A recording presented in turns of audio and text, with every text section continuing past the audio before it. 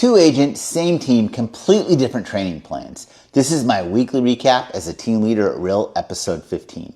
This week, we were focused on training a combination of newer agents and experienced agents. You have to be ready to train and mentor both groups, but on completely different things. All right, let's start with newer agents. Their fallout rate is significantly higher than an experienced agent's. So you're training on things that seem basic to a seasoned agent, but aren't obvious to someone new.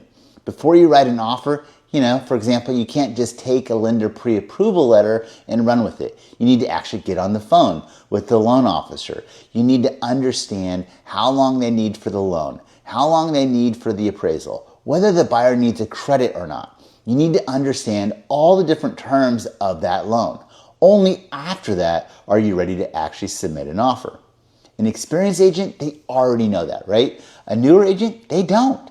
They get a pre-approval letter and they think they're ready to go, right? That's just one example of the additional training a newer agent needs so that their deals don't fall out of contract.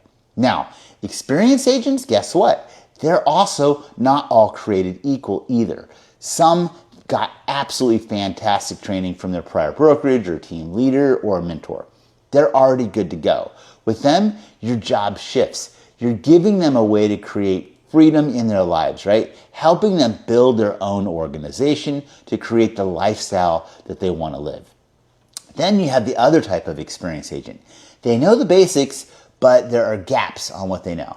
Maybe they were only doing a handful of transactions a year and they didn't get the training that they should have gotten at their prior brokerage. With them, you have to figure out where are those gaps and then you have to be able to fill them in because they won't be able to grow to the next level if those gaps stick around.